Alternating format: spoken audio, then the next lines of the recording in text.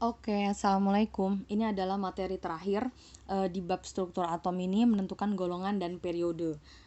Ada dua cara untuk menentukan golongan dan periode dengan kalau kamu menggunakan konfigurasi Bohr bagaimana, kalau menggunakan konfigurasi mekanika kuantum bagaimana. Nah, sebelumnya kemarin saya udah minta kamu untuk ngeprint tabel periodik. Sudah selesai kah? Sudah di print kah, sudah difoto kah, atau sudah punya kah tabel periodik? Oke, dalam tabel periodik itu ada yang namanya golongan dan ada yang namanya periode. Golongan itu dari atas ke bawah. Dari atas ke bawah ya, dari golongan itu dari atas ke bawah, kalau periode itu dari kiri ke kanan. Nah, kamu diminta untuk menentukan apakah unsur ini masuk dalam golongan mana, periode mana, tapi tidak boleh melihat tabel periodik gitu. Jadi bisa menggunakan konfigurasi Bohr. Nanti soal-soal yang keluar juga begitu. Jadi unsur ini terletak pada golongan dan periode. Kamu dikasih nomor atomnya, kamu diminta untuk menentukan. Dan gak boleh lihat tabel periodik. Gimana caranya? Berarti kamu harus bikin konfigurasinya. Nah, pilihannya adalah kita punya dua konfigurasi kan dari kemarin itu, Bohr dengan mekanika kuantum. Cuman konfigurasi yang Bohr ini hanya bisa digunakan untuk golongan A saja. Golongan A itu nanti ada video deh yang ngejelasin tentang tabel periodik. Oke, jadi golongan A saja konfigurasi Bohr, tapi kalau yang mekanika kuantum bisa menentukan golongan utama yang A dan B transisi, bahkan sampai lantanida dan aktinida. Oke, konfigurasi Bohr. Contohnya gimana cara menentukannya? Oke, misalnya saya punya natrium mulu, ya biar aja deh, biar kali dengan nyebutnya natrium mulu jadi apal. Natrium itu nomor atomnya kan 11. Kalau saya bikin konfigurasi elektron tuh gimana jadinya?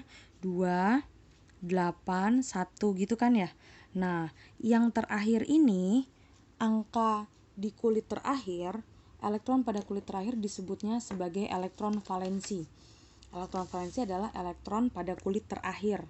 Saya ulangi, elektron valensi adalah elektron pada kulit terakhir. Ini disebutnya elektron valensi. Tadi apa artinya elektron valensi? Elektron pada kulit terakhir. Elektron pada kulit terakhir. Nah, elektron pada kulit terakhir ini menunjukkan golongan.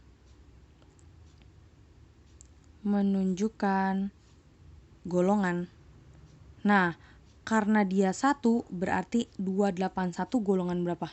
Golongan 1. Golongan 1A. Oke? Sampai sini paham?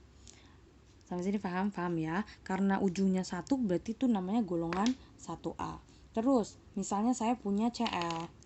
Cl itu nomor atomnya 17.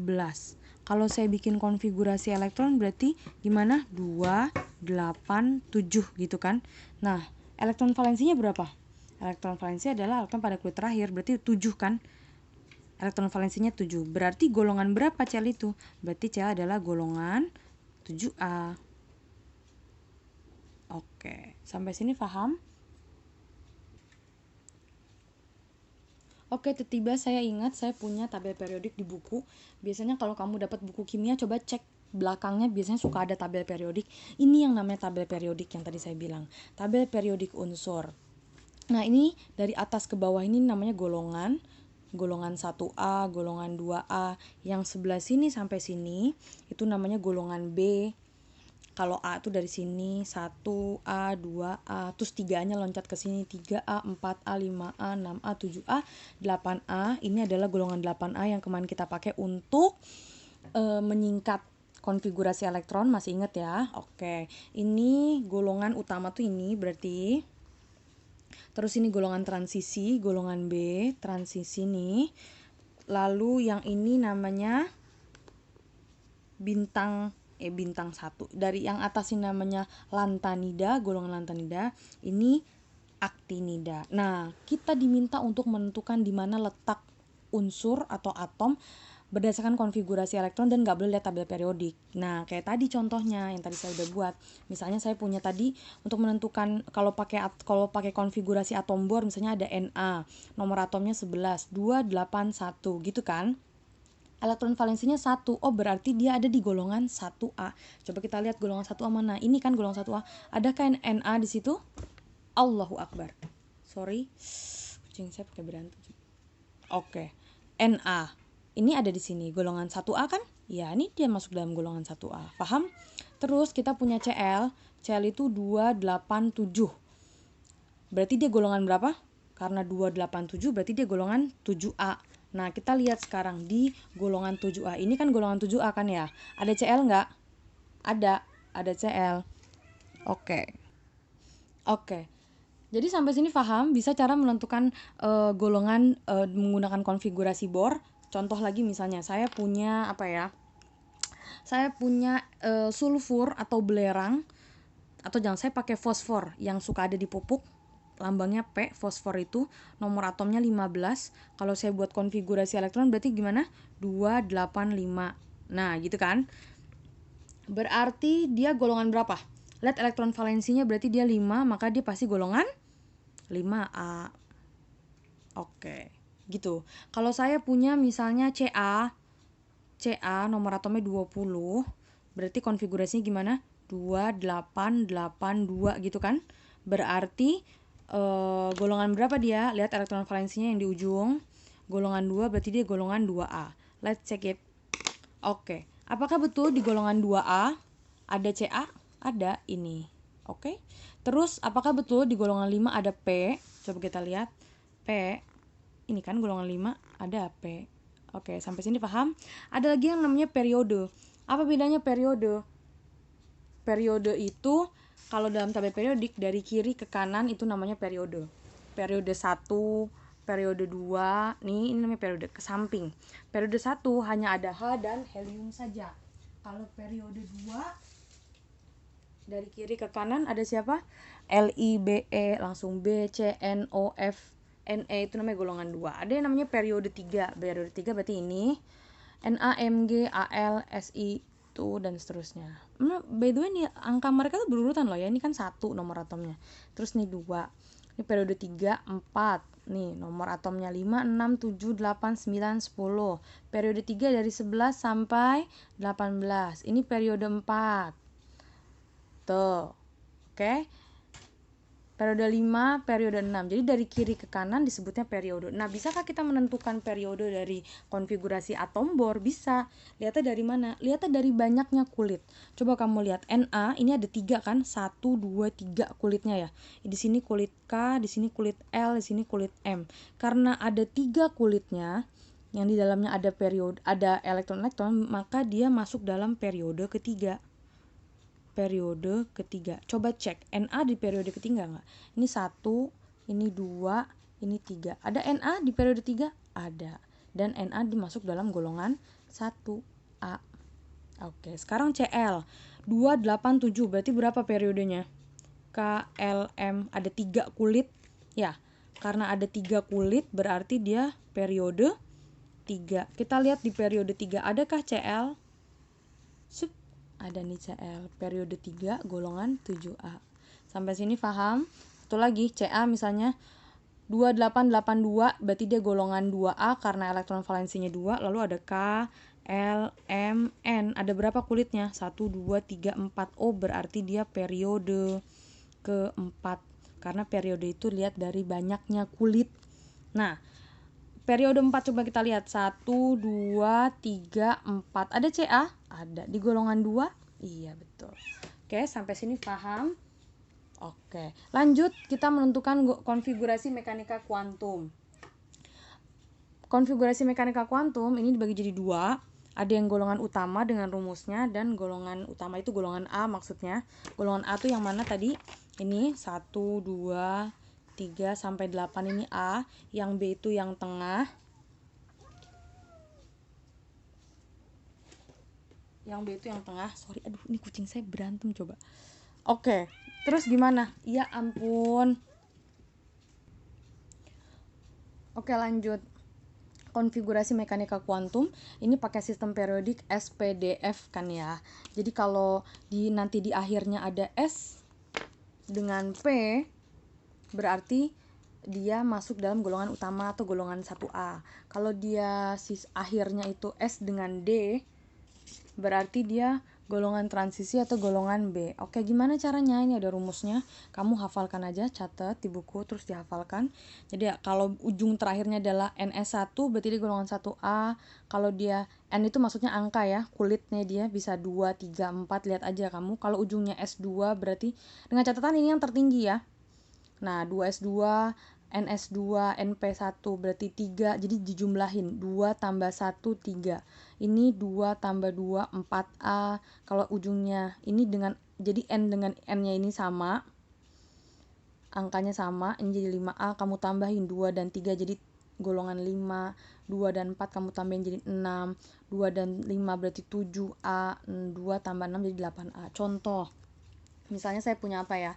Tadi kita punya NA, ngikutin yang tadi, NA lagi Bu Erika, ya nggak apa-apa lah ya, kita coba NA tadi kalau saya bikin pakai konfigurasinya mekanika kuantum gimana?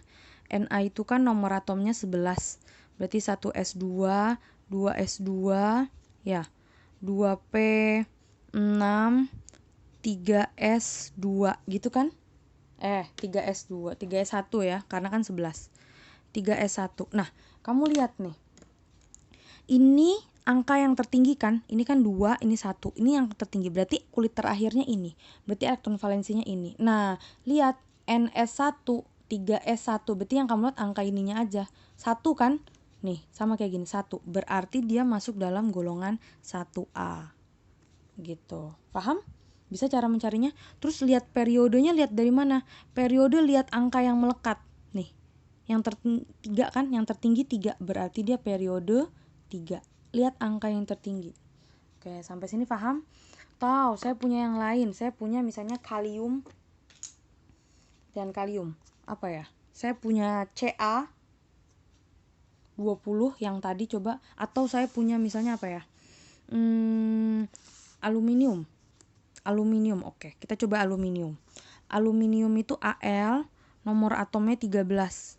Kalau saya bikin konfigurasi berarti 1S2, 2S2, 2P6, ya ini 10, 3S2, terus 3P1 gitu kan. Habis 3S2, 3P1. Nah, lihat. Ini yang terakhir angka terbesarnya itu kan 3 ya. Lihat nih. Ini kan 3 dengan 3 gitu kan. Nah, berarti kita jumlah nanti 2 ditambah 1 berapa? Nih, 2 ditambah 1 sama dengan 3, berarti dia golongan 3A. Dari 2 tambah 1. Nah, terus lihat periode, lihat di mana? Lihat kulitnya, lihat N-nya. N-nya berapa? 3 kan? Angka yang tertinggi 3. Di sini 1, 2, 2, angka yang tertinggi 3. Maka periodenya periode 3. Cek coba. Nih. Berarti dia golongan berapa tadi katanya? Golongan 3A. Ini golongan 3A, periode 3. Betul, periode 3. Ini periode, mana nggak kelihatan nggak? Shoot. Ini periode 3. Ini golongan 3. Shoot. Ini AL. Oke, sampai situ paham? Gitu cara menentukan golongan periode. Tahu ya bedanya kalau mekanika kuantum begini, ada rumusnya, kamu tinggal lihat aja. Kalau nggak ada berarti gini. Kalau pakai bor berarti tinggal lihat aja. Mana yang lebih mudah? Bor pasti lebih mudah ya. Iya dong. Oke, contoh lain misalnya saya perlu kasih contoh lain. Saya punya BR misalnya. BR itu 35. Ya. BR 35 kan? Kalau saya bikin BR 35, kalau mau bikin konfigurasi elektron 35, kalau mau disingkat pakai apa ya anaknya? Pakai apa? 35 berarti pakai AR bisa? Enggak ya, pakai siapa dong? Pakai AR bisa ya, karena AR kan 18. Jadi kita tulis misalnya AR 18, habis itu apa? Habis AR sana. Jangan gituin. Sorry. Oke, lanjut. Tadi kalau saya mau pakai AR 18, AR gitu kan. Terus apa lagi? Habis itu habis AR apa? 4S2. Terus 4S2 3D 10. Habis itu apa lagi? 4P.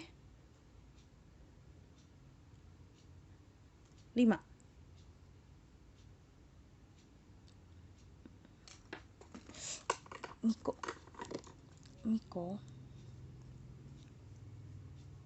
4P5 gitu ya.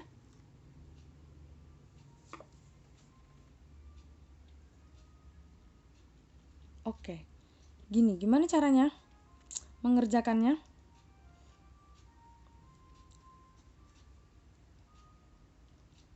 Oke.